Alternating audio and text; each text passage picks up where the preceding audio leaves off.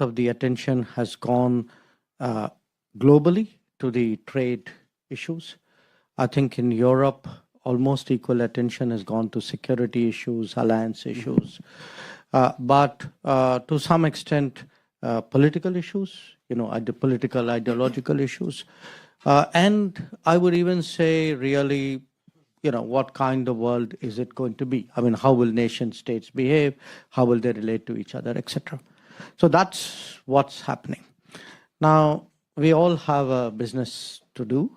And our effort, the reason why I was, for those of you who don't know, on my last trip in Holland, Denmark, and Germany, which was in the middle of last month. And I'm here now in Belgium, both Belgium and EU, in France, and then we go on to Cyprus and later on to Croatia. So the reason why we are putting so much focus on Europe right now is that we can see there's a very sort of big, almost a quantum jump into multipolarity. There's a realization in Europe that a lot of its problems and solutions will have to be analyzed and thought through by Europe itself.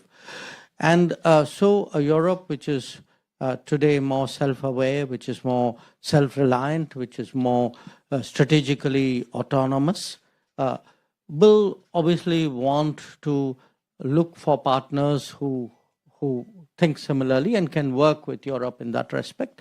And I think that gives a kind of an additional impetus to India-Europe relations, which were evolutionary, but I predict a very sharp acceleration in that. A good example is really what I was discussing last 2 days in Brussels. We made very strong progress in our free trade agreement negotiations. We are seeking to conclude a defense and security partnership with the European Union. We are looking at a space agreement. We have individual agreements with individual states of Europe on mobility of talent. We are now trying to see if we can get it across some kind of understanding across the entire union.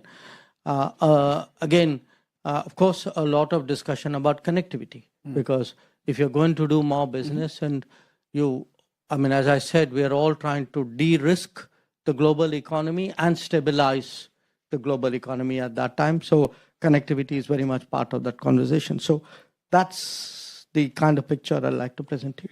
And in these conversations, and I know maybe you can't respond to this, but I'll still ask, how soon can we expect that FTA, that elusive FTA? No, well, it's not elusive, it's painstaking. I think we have set ourselves the goal of trying to complete it by this year end. And I'm told I don't have direct jurisdiction over it, but I'm told that half the chapters are done. And of the remaining half, considerable progress has been made. Our trade ministers have met 3 times in the last 6 weeks. I think we will see another round of meetings probably by the end of this month. There is, I would say, a certain urgency and a certain energy, which is different. I would say. I think the negotiators and the stakeholders are reacting to what is a global environment where the importance of doing this FTA has become that much more. Let me turn to the minister from Armenia, Minister Mirzoyan. When I was preparing for this panel, I happened to be in Yerevan, and I heard your Prime Minister speak. And his speech, which he gave in a very Steve Jobs style, with a clicker in his hand and presentation on the screen, was all about connectivity. And in some sense, Minister Jaishankar just spoke about the importance of connectivity to actually diversify and build resilience, right? So how does Armenia, which has a Asian geography and a European soul, I don't know how best to describe it, but maybe this could be a good description.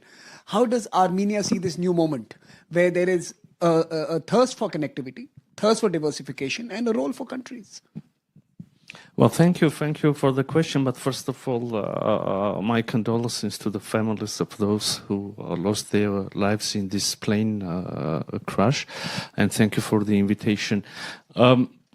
The first thing that I would like to constitute is that Armenia is very much pleased to see that France and India have already become strategic partners, and Europe and Indo-Pacific are very much have mutual big interest to deepen their ties. And this sense of satisfaction has, of course, its reasons. The first obvious thing, we do have strategic relations with France, and we are deepening our relations with the European Union, and we do have strategic relations with India, and we are, again, deepening very much our relations. And the second obvious reason, when you have a look at the map, you will see Europe, you will see India, and there are some countries in between. So Armenia is in between. If you want to connect France and India, and my regards to the previous speaker and representative of the company, sea is one of the ways. Unfortunately, that's not always swift. These days, not always probably safe as well. And also there are terrestrial routes, the ground routes. And here Armenia has a very crucial place. Armenia is situated in South Caucasus, which is like in between of Europe and India. We are promoting connectivity projects. We are investing huge money in our infrastructure.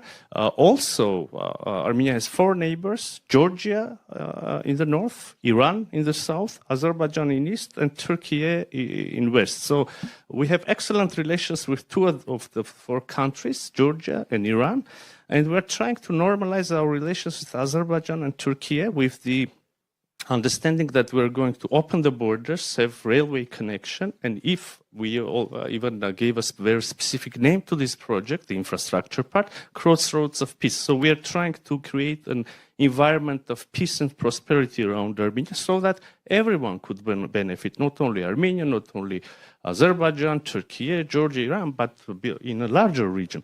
So if you want to connect India with France, I must say you have to pay also attention what is in between, and there is a space, an environment there where you can have a rest, refuel, and then continue your trip. Minister, the broader connectivity projects today are also looking at digital connectivity, knowledge connectivity, innovation connectivity. I've been very impressed with the Armenia startup sector, the technology sector. Do you think there is now a business case for actually looking at the hubs in Europe, such as France, Bangalore, and other hubs in India, and of course the new centers of tomorrow, such as Armenia? Absolutely. So this is another direction where we are investing very much, and we have, there are several preconditions, and probably the most important is that we have the human resources, the people, the talents who are in this business, and secondly, we have electricity for data centers, for the infrastructure. So only this is another interesting coincidence.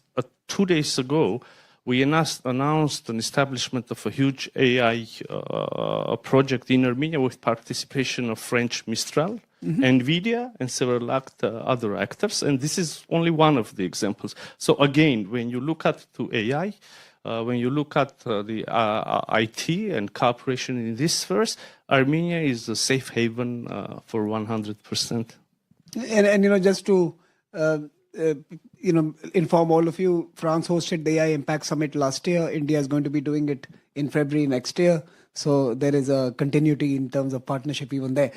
Let me turn to Abigail first and our European colleagues. So we moved from Asia to the middle of Asia and Europe, and now we are coming to Europe. Abigail, you heard the minister speak. You've been in conferences recently, and I saw you were quite busy in certain discussions. We say the right things. There is a complaint, there is a criticism that India and Europe say the nice things when they're in the same room and to each other. do we do the right things? What needs to be done to actually really exploit the potential that exists? You know, we are a $200 billion, nearly $200 billion trading relationship. So it's not small by any stretch of imagination, but certainly it is underperforming if it were a stock. How do we give substance to this relationship? Thanks, Samir, for the invitation, and it makes it very special for me to be in my hometown, right? To be sitting next to you here. I think I admit that a marriage with Europe is not a sexy one, and I didn't say that. but basically. We speak a lot about it. In principle, we look like a couple, but actually it's not sexy at all. And but what Europe has to offer at the moment is something solid, something predictable, and something long-term. So there is a momentum on both sides, right? Because when you think solid, when you think long-term, and when you think predictable, you're like, ooh, I made it a long way. And for that to happen, I think there needs to be trust. And with trust comes this question of hedging. And at the moment, the big question and something we haven't heard